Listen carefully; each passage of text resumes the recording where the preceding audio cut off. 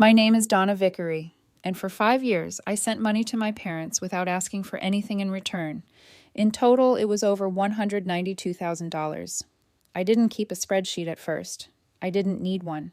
I remembered each transfer because every payment came wrapped in guilt, urgency, and that soft, familiar tone families use when they want to make sacrifice sound like love. My mother always knew how to do it best.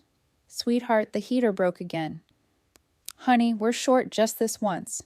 "Donna, you know your father would never ask if it wasn't serious." And every time I opened my banking app and fixed the problem. At least that's what I thought I was doing. I didn't start out with money. I built it from scratch. Freelance design jobs at first, then branding contracts, then larger corporate work that finally gave me something I had never really had before. Stability. Not luxury, not abundance, just enough room to breathe. Enough to buy decent groceries without checking every price tag. Enough to sleep without wondering if one unexpected bill would wipe me out. And because I had clawed my way into that kind of safety, I couldn't stand the idea of my family living without it. So I became the bridge between their problems and the consequences they never wanted to face. At first, helping felt good. Necessary, even. Like maybe this was my role. Maybe every family had one person who quietly held up the weak beams before the whole house collapsed. I paid their mortgage more than once without being asked directly. I covered my younger brother Daniel's tuition after he called me sounding ashamed, swearing his financial aid had been delayed. Months later, I found out he had dropped out that semester and used the money to buy a motorcycle. When I confronted him, he laughed, actually laughed. "Guess you should have asked for proof," he said, like I was the idiot in some joke he'd already told 3 times. I remember staring at the screen, waiting for an apology that never came. Then I told myself what I always told myself. He's immature. Mom will talk to him. Dad will make it right. Family is messy. Don't overreact. That was the lie that kept everything alive. Not theirs, mine. The first real crack came on a Tuesday afternoon while I was in the middle of finishing a client presentation. My father called. Not hello. Not how are you. Just send $2,500. I'll explain later. His voice had that flat, irritated edge he always used when he wanted to make me feel difficult before I even answered. I leaned back in my chair and pinched the bridge of my nose.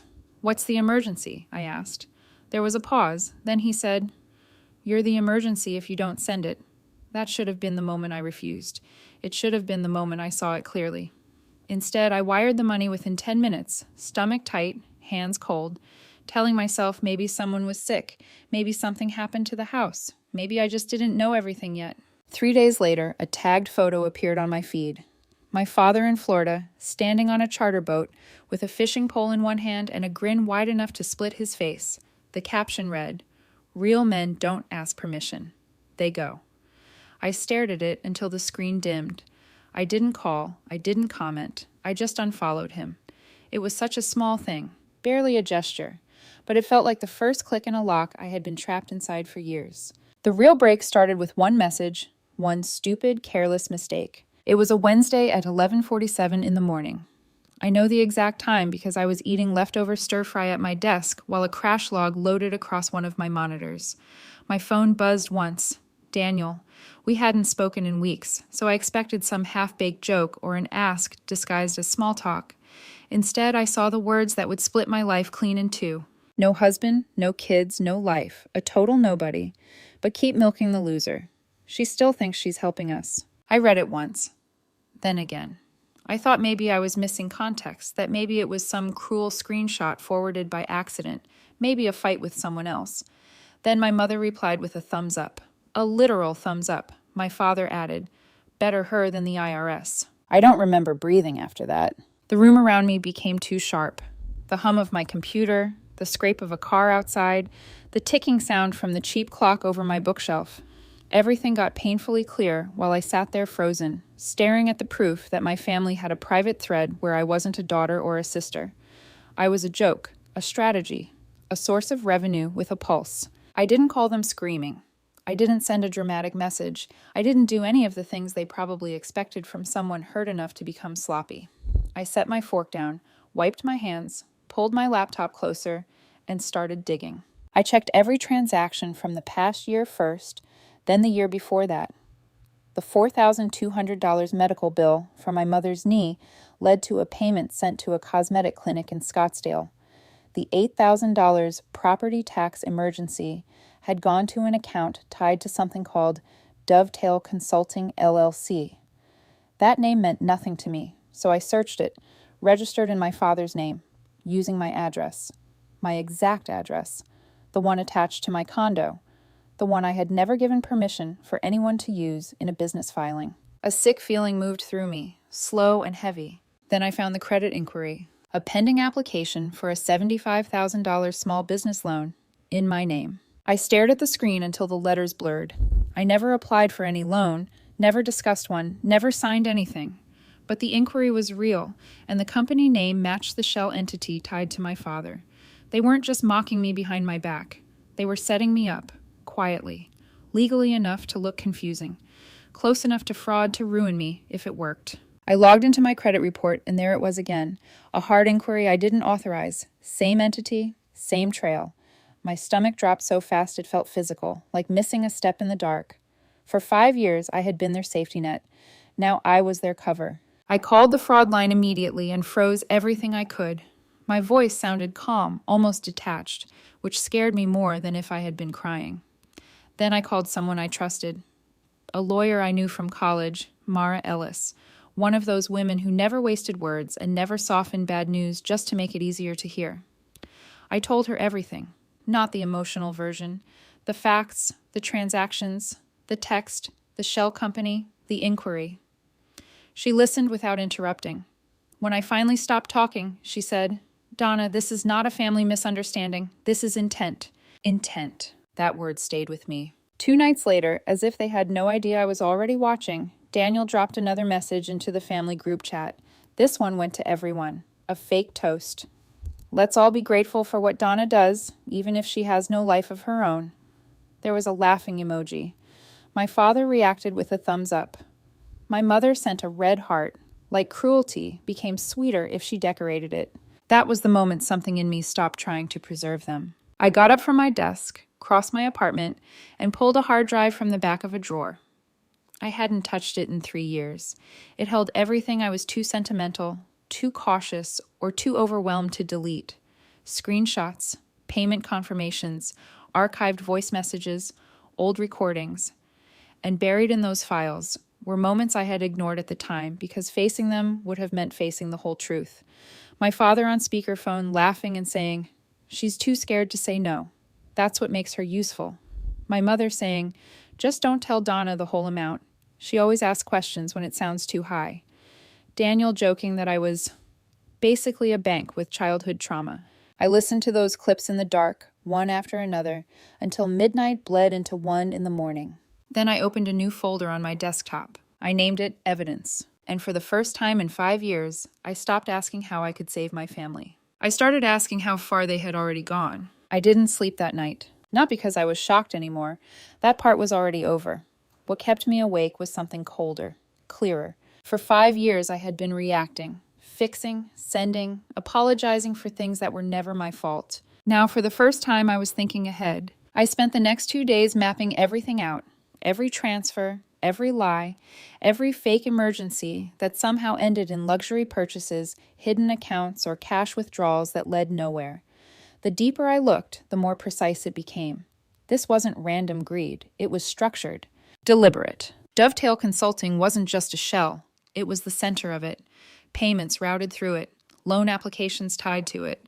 Even the unauthorized inquiry on my credit report pointed back to that name like a signature they forgot to hide. And then I found the final piece, a grant application. $75,000, filed under my name. Veteran business funding. I stared at the form for a long time. I had never served, never even considered it. But there it was. My name, my address, my identity used to qualify for money they had no right to touch. That's when it shifted completely. This wasn't just betrayal anymore. It was fraud. I called Mara again, sent her everything. Screenshots, files, voice recordings. She didn't hesitate this time. "We document everything," she said, "and we don't confront them yet, not until it's airtight." So I stayed quiet. Even when my mother called with that same soft voice. "Donna, are you coming home for Christmas? It's just a small church night. Family focused." I almost laughed. Family. "Of course," I said instead. calm, neutral. I'll be there. She sounded relieved, like nothing had changed, like I was still exactly where they left me. That was the last advantage they had, because they didn't know I was already building the moment everything would collapse. 3 days before Christmas, my manager called me into a meeting. Her tone was careful, almost confused. Donna, someone reported a potential conflict of interest. They're claiming you're using company systems to funnel money into a family business. I didn't react, not outwardly. But inside, something locked into place. They didn't just want my money. They wanted protection. And if things went wrong, they were ready to let it fall on me. I opened my laptop right there in front of her and showed everything. The shell company, the unauthorized loan, the grant, the messages, the recordings. Every piece lined up, clean and undeniable. She read in silence, then looked at me differently, not suspicious. Certain, handle it, she said quietly. I nodded. And I did. I called in 2 people I trusted, Mara and another friend from college, Lucas, now deep in cybersecurity. I didn't ask them for revenge. I asked for truth. Everything, I told him. Emails, IP logs, metadata. I want to know exactly how far they went. There was a pause on the line before he answered. Are you sure? I looked at the folder on my screen. Evidence, growing heavier by the hour. I don't want revenge, I said. I want proof. Loud enough that no one can ignore it. By Christmas Eve, I had it. Not just suspicion, not just fragments. Proof. Voice recordings tied to timestamps. IP addresses matching their home network. Scanned documents pulled from my father's laptop. My passport image saved in a folder I had never seen. Digital signatures that weren't mine, but were used anyway. It was all there. Every lie, every theft, every step of their plan. Christmas night came colder than I expected. The church looked the same as it always had. Wooden pews, faded banners, that faint mix of candle wax and cheap coffee lingering in the air. Nothing about it felt holy anymore. I sat in the second-to-last row, coat zipped, hands in my pockets. My thumb rested against a small remote. My family sat near the front. My father in his blazer. My mother with one of her overly bright brooches. Daniel up in the choir loft, scanning the room until his eyes found me. He smiled, like nothing had changed. The pastor stepped forward, cheerful, warm. Tonight we celebrate family, the ones who carry us through life's hardest moments. I almost said something out loud. Instead, I waited. Then my father stood. We're so happy our daughter Donna is here tonight, he said, voice full of pride that didn't belong to him. Come up, sweetheart. Say a few words. Dozens of heads turned. I stood slowly, no smile, no hesitation, and I walked to the front. The microphone felt colder than I expected. I looked out at the room. 60, maybe 70 people, some smiling, some curious. This Christmas, I began, steady. I just want to talk about what family looks like when it's real. A pause. Then I pressed the button in my pocket. The speakers crackled. My father's voice filled the room. She's got no life, no husband, no kids. She's easy to use. By April, everything will be in her name. Gasps. Then Daniel's voice. Total nobody, but reliable, always pays. Then my mother, soft, certain. The grant's already approved. $75,000. She won't even notice. Silence crashed down over the room. I let it sit there. Let it settle. They came here to talk about grace, I said quietly. I came here to talk about truth. No one moved. For 5 years, I continued. I sent them $192,000. I was never invited to holidays, but my money always was. A woman in the front covered her mouth. They opened accounts in my name, applied for loans I never signed, filed a veteran grant using my identity. The front doors opened. Andrew Mitchell, the church's volunteer accountant, stepped inside holding a folder. I reviewed that application 2 weeks ago, he said, voice tight. It's fraud. She's right. Papers passed from hand to hand. My father stepped forward, voice rising. This is a lie. She twisted everything. I reached into my coat and held up one last document. The original form, I said. IP address, your house. Scan of my passport from your laptop. That signature, not mine. The pastor stepped in, his voice no longer warm. There's no place for this here. My mother sank into her seat. Daniel didn't look at me anymore. And my father, for the first time in my life, he looked small. You're still our daughter, he said, softer now. You owe us forgiveness. I stepped closer, just enough for him to hear me clearly. I don't owe you anything, I said. Not my money, not my silence, not my name. Then I turned, and I walked out. Snow was falling when I reached my car. I sat there for a moment, engine off, the cold pressing in from every side. Then I opened my laptop one last time. Attach the full file. Evidence. Final. Sent to federal oversight. Sent to investigators. Sent to a journalist who specialized in family fraud. One line in the email. Recorded, verified, submitted. I hit send. And just like that, they didn't have me anymore. In the weeks that followed, the silence broke into noise.